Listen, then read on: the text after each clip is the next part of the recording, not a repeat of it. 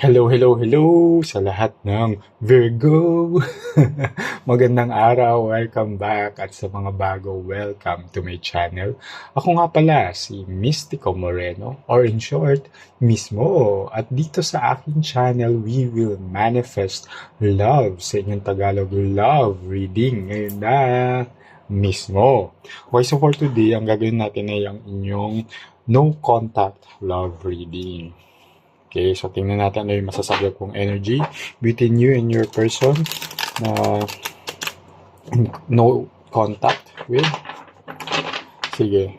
At habang binabalasa ko to, gusto kong magpasalamat sa lahat ng Virgo na sumusuporta sa channel na ito. Sana tuloy-tuloy yung suporta at sa mga bago, please, supportahan nyo na po ang aking channel by subscribing and by liking this video and sharing it sa mga kakilala ng Virgo na nangangailangan ng guidance from the universe. Comment na rin kayo kung mag-resonate ang reading na ito. Okay? So muli, maraming salamat sa suporta. Okay. So, remind ko lang din na dahil collective reading ito, this may or may not resonate sa inyo. Okay? So, kung hindi mag-resonate yung reading, it means na hindi para sa inyo yung reading na to, hindi ko nasagap yung energy nyo. So, huwag pilitin. Abangan nyo na lang po yung mga susunod ko pang love reading. Kaya, subscribe na para updated kayo kapag nag-post ako ng bagong love reading. So, ang gagawin natin is using the tarot cards. Alamin natin yung recent, past, present, and near future between you and your person. At kung bakit in no contact kayo. Tapos, sa end, I will seal it with an oracle card, which is an advice from the universe. Sige. Simulan na natin. So, in the recent past, Two of Cups, Eight of Wands, and Queen of Wands. Sa present, there's a King of Wands, Knight of Cups, and the Hierophant. And in the future, Ace of Coins, the Devil, and Judgment. Okay. Sige. Ayos ko lang. So, in the recent past, there's a Two of Cups, Eight of Wands, and Queen of Wands.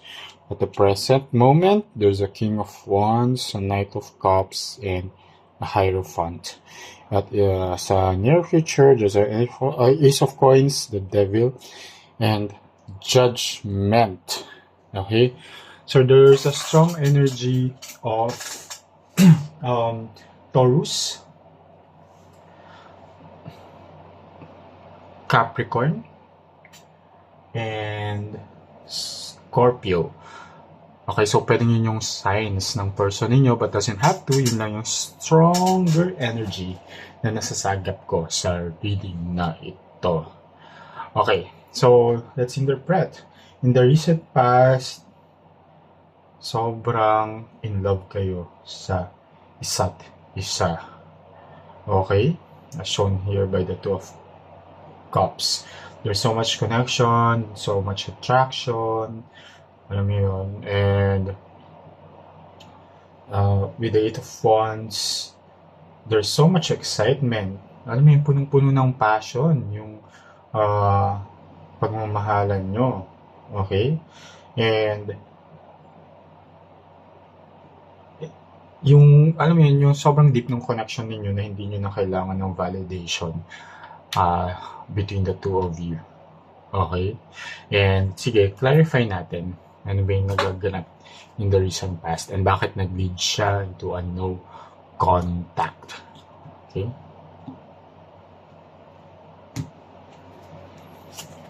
Okay. Oh, Justice. Oh, Justice and Four of Cups. Okay. Okay. Pero, despite na mahal ninyo yung isa't isa, tignan ko lang kung kita. Yan. So, despite na mahal niyo yung isa't isa, okay, may kulang when it comes to accountability. And na-depict naman siya dito sa Four of Cups. And ayun, dahil nga medyo emotionally detached yung person ninyo. Okay? So, pag may issues, parang, alam yun, gustong umiwas lagi sa mga issues na kinakaharap ng relationship ninyo, or when it comes to fully committing, alam mo yun, parang ayaw masyado kasi nga medyo emotionally detached yung person. Pero in the beginning nung relationship, sobrang mahal niyo isa't isa, sobrang passion na kaya medyo parang nakakagulat for you na biglang ay bakit ganun? Bakit biglang nag-detach yung person? Tapos kapag kinall out mo siya, nung kinall out mo siya, parang ayaw niyang maging accountable dun sa issue na kinakaharap ninyo. Okay? And that led to pagkakatampuhan, di pagkakaunawaan, and ayun, biglang dahil emotionally detached na nga siya, I think it led to parang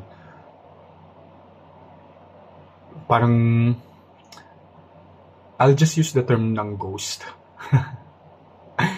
Pero kailangan lang niya ng space siguro for now. Pero tingnan natin yung present moment, kasi the present moment, lumabas tong si King of Wands and si Knight of Cups. Tapos connected pa siya kay Hierophant, which is at the present moment, okay, you just want honesty.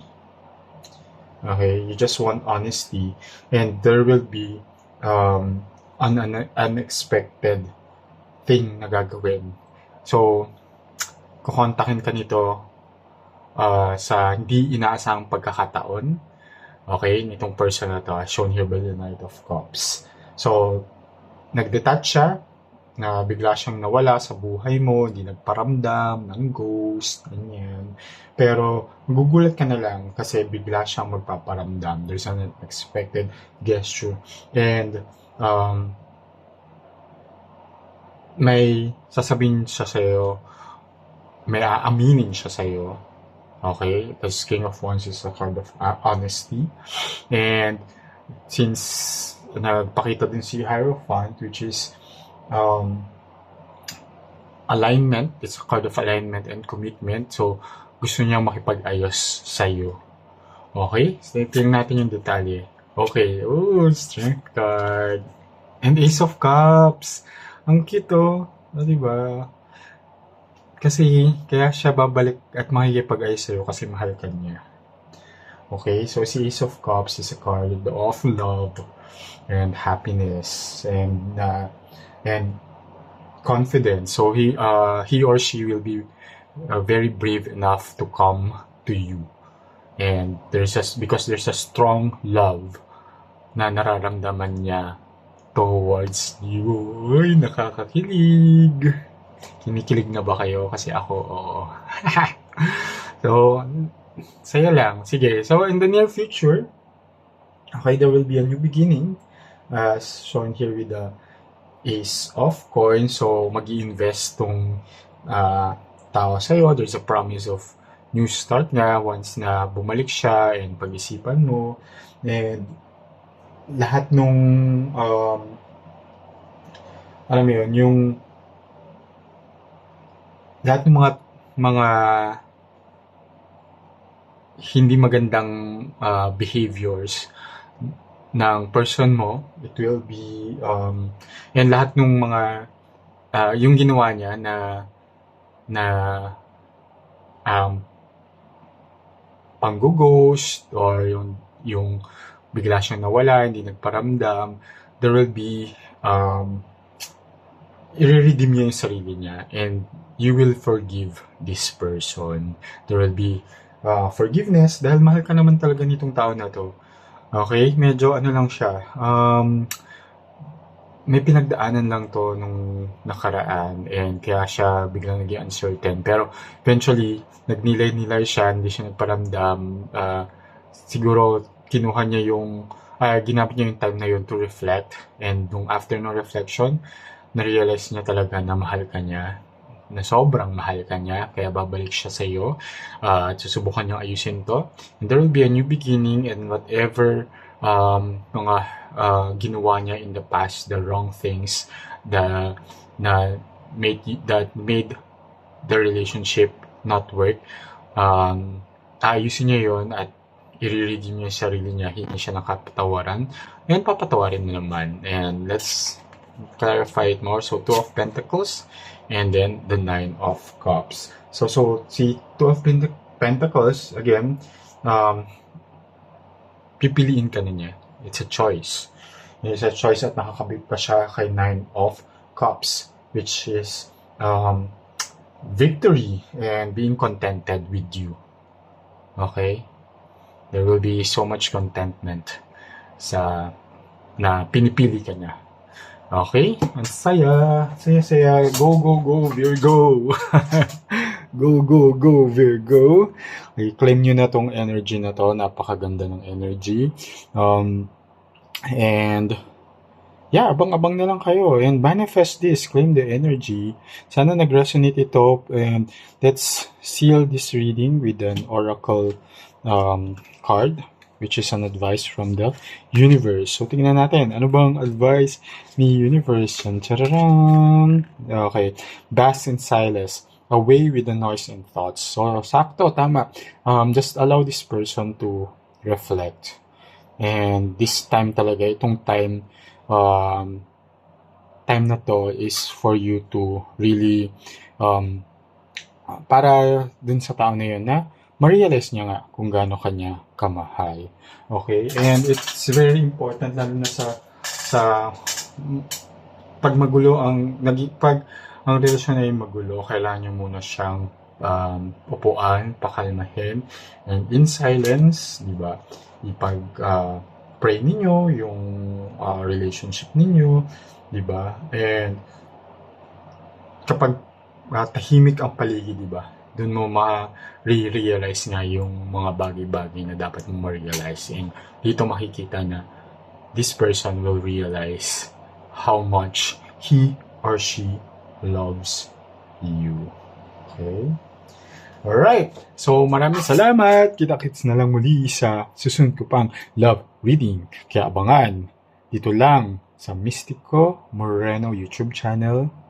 Yes. Dito lang mismo. Ingat!